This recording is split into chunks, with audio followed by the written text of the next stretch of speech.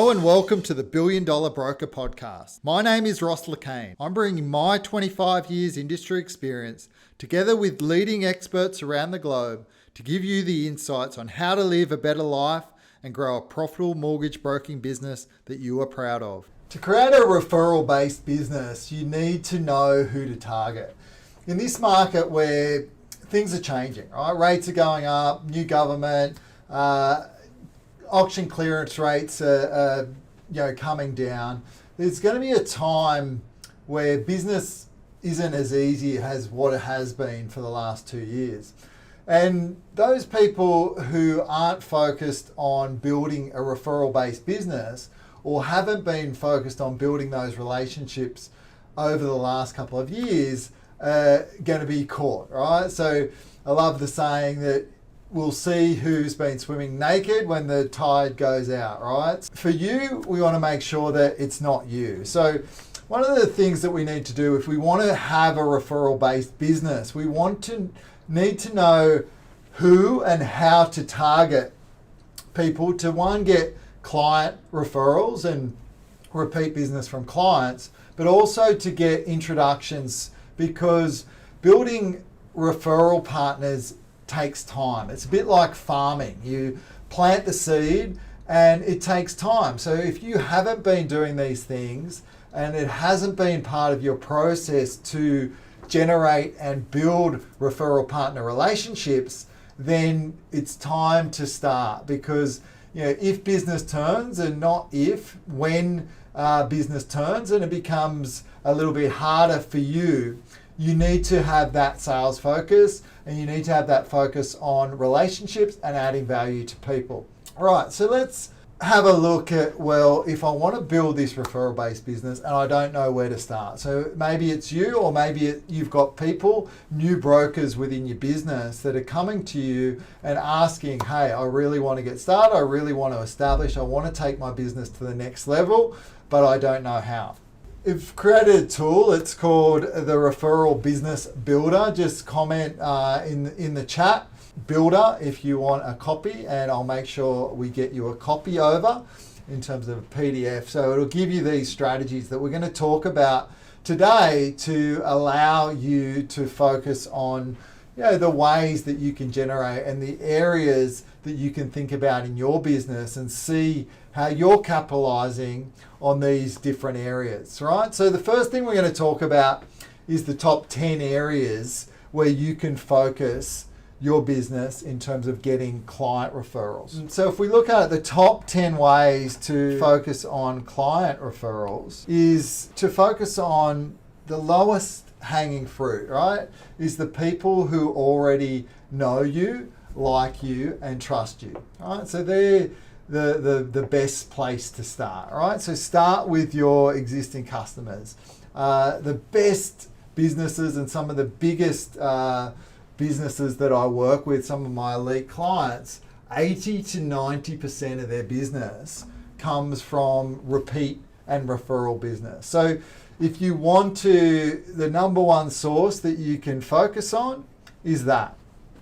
Second place is, if you've worked in corporate or you've worked in bigger sort of organizations and businesses, I find a lot of the brokers that I work with, their former colleagues is really a big.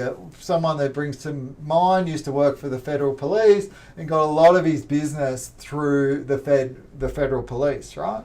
So then the next thing is looking at your friends, your relatives, and your neighbors. The law of 200 says that you know 200 people that you could invite to your wedding. And this is great for newer brokers who are starting out. So maybe you've got newer brokers joining the team, or you're a newer broker.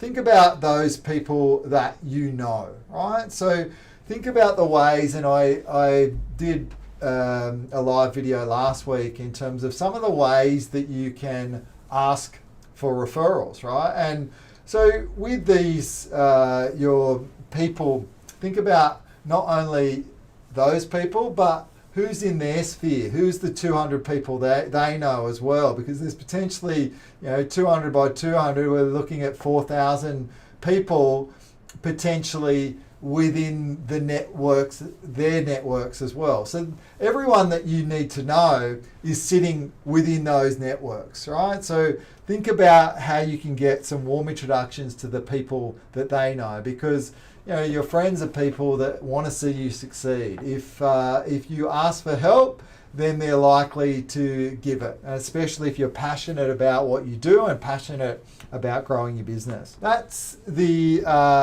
next area, right? So then looking at the people that you've already spoken to and you've spent the marketing dollars on, and they've come to you, right? So they could be people that are currently in your pipeline, which are your current prospects, or they could be people that you've spoken to years ago. Right, but when you get a lead, of those leads, 50% probably won't do anything and probably won't act straight away. Probably 15% of the remaining leads will do something straight away. Therefore, 85% of those leads is going to take some sort of time and nurturing for you to be able to do business with those people. And it could be a timing perspective, not on your behalf, but on their behalf. We can't assume that because someone's picked up the phone, they're ready to go, or because they've responded to a marketing message. People are on their own timelines. So we've got to respect that and respect where they are at the buying process and nurture them along. So current prospects, and also prospects that you haven't been in contact for a while. And we've got some great ways in the program that you can actually re-engage with these particular prospects as well. Another great way to get business, believe it or not, is through your competitors, right? So the banks, you think of how restrictive some of the bank's policies are, and obviously you've got access to numerous lenders that fill niches that they can't fill, right? And again, you can, at the same time, you can refer a number of clients and things back for standard banking that some of the lenders that you work with don't offer, right? So there can be a real win-win with your competitors. So, and then other brokers, right? So other brokers may focus predominantly on equipment or focus predominantly on commercial. For my sake, I was predominantly focused on residential, right? So equipment finance and commercial finance was not something, an area of business that was in my wheelhouse, because I had more than enough business coming in from a residential perspective, right? So it creates opportunity to build relationships with other brokers, whether they be equipment and commercial, and you can, work on the law of reciprocity, where they send you the resi stuff and you send them the equipment or the commercial. Works really, really well. And I was speaking to a broker the other day. She loves doing self-managed super fund deals, and a lot of the brokers in her area were referring those business because they viewed that business as too hard. Right? Some brokers will view other things like construction or non-conforming, the alt doc or low doc loans. They won't want to do that. It's not business that they're comfortable doing, so they will look to outsource that to other brokers. So the other areas that you can look at is things like sporting clubs, right? What are the groups that you're a part of? Is it your kids' sporting teams? Is it, are you part of like a church group or some other sort of interest or hobby? One of my clients at the moment, he's part of a car club, and expensive cars and property investors tend to go hand in hand. So he gets quite a bit of business through the car club, right? But it's something that he's interested in, and some of my other clients are part of community groups, like part of say a Nepalese community group, and they'll receive lots of business through being parts of those groups.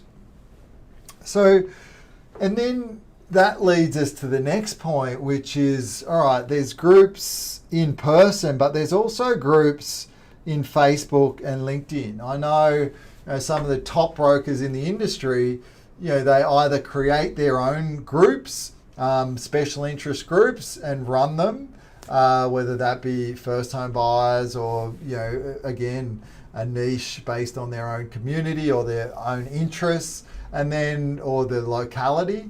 And then this will allow them to generate lots of business through those Facebook groups or LinkedIn groups. So that's another area where you can source for clients and client referrals. And plenty of successful businesses have built their business off the back of these things. The other things that you can do is present yourself as an expert, right? Present yourself as an expert, appear on as many podcasts as you possibly can, or it's very easy to create your own podcast. I create the $1 Billion Broker podcast if you want to go check that out.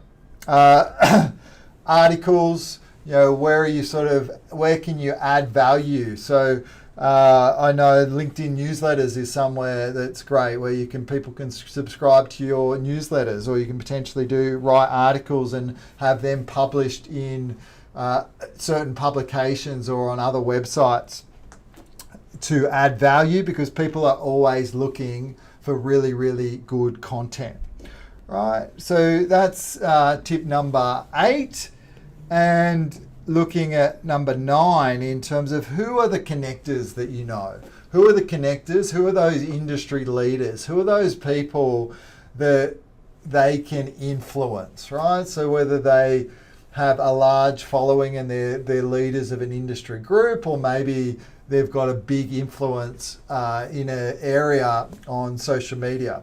I know one of my elite clients recently did something with a big property investment group that's got something like 40,000 followers, and got access to their database and was able to run some seminars, and the leads that they generated, they were able to then follow that up, and by linking in with other sort of industry leaders. The last part is around business groups, and I know my brother and I were part of business groups for many, many years. The one that I was part of was called Business Referral Group. I know there's BNI. There's a number of others that you can look at. There's Chamber of Commerce's. There's a numbers of different areas where you can get out and you can do some form of networking. And this is another great way to meet people. And again, you're not looking to meet everyone. You're just looking to meet a couple of people, and you're looking to meet the right people that have the ability to refer business to you. So they're just sort of top 10 areas where I've seen that have worked for either myself or for other brokers that you can look at. The next thing, if you want to get referrals from referral partners, what are 4 strategies that you can look at to get referrals from referral partners? So if we look at that, how to get introductions to referral partners without cold calling, right? So we want to get warm introductions. So the first step is, and again, you're going to call your existing clients, and we said that law of 200. And within that 200 people that they know, there's potentially some professionals that you need to know. So whether that's accountants, solicitors, financial planners, builders, property managers. One of my best referral sources was a family law solicitor, right? So solicitors, who is in their network that you need to know, right? So, and we're going to ask for a warm introduction to the clients. Next thing to get warm introduction we can do is we can make it part of our process. All right, so you think about the people that we come in contact through our loan process. And if we make it part of our process to be able to contact those people throughout the process, then that's going to lead us to have a warm introduction, because at the end of dealing with us, they'll be more likely to refer business to us. So think about that, and think about how you can get them to refer you business. That's a big one. So real estate's accountants are at the front end. The back end are going to be solicitors, accountants, property managers, etc., etc. The next way, and through the pandemic, I launched my coaching business through the pandemic, and started in February. Got back from 6 months overseas when I travelled after my mortgage business. Started the mortgage business, and I thought I would grow my business through speaking and going around to PD days, but that didn't work out. So I had to focus on using a platform like LinkedIn. And LinkedIn's a great way because you can target potential referral partners, have that warm introduction, you can provide value, provide content. So by the time you come to reach out and introduce them, they're familiar with you and what you do. So that's a great strategy and a great way to generate warm introductions. The final sort of strategy is, and one of the things that I'm big on that I teach in the program, is having an annual review process. Part of that annual review process is asking better questions, right? And through that annual review process, for people to live their best life, they're going to need a great team of advisors. And maybe they have some advisors already. Maybe they have an accountant, maybe they have a financial planner, maybe they have a buyer's agent or people that they're using already within the business. So if we can use that platform to ask better questions and get referred to the people they know, again, make it part of our process, then this is going to lead to a warm introduction that will lead you on to getting a good meeting for referral partners. We cover the whole process, the whole 90-day journey in the program around how you go about step by step, the scripts, the dialogues, everything that you need to cover to build these referral programs in your business as well, and more deeper things, and obviously that accountability that comes with it. But I hope this has been really helpful for you in terms of being able to identify the different areas that you can focus on, especially as the market begins to slow over the next year or so, that you're really focused on maintaining and your level of activity increases, and you really focus on getting new clients, new referral business, and really creating deep relationships with referral partners. I'm Ross from the $1 Billion Broker, and look forward to catching you next time.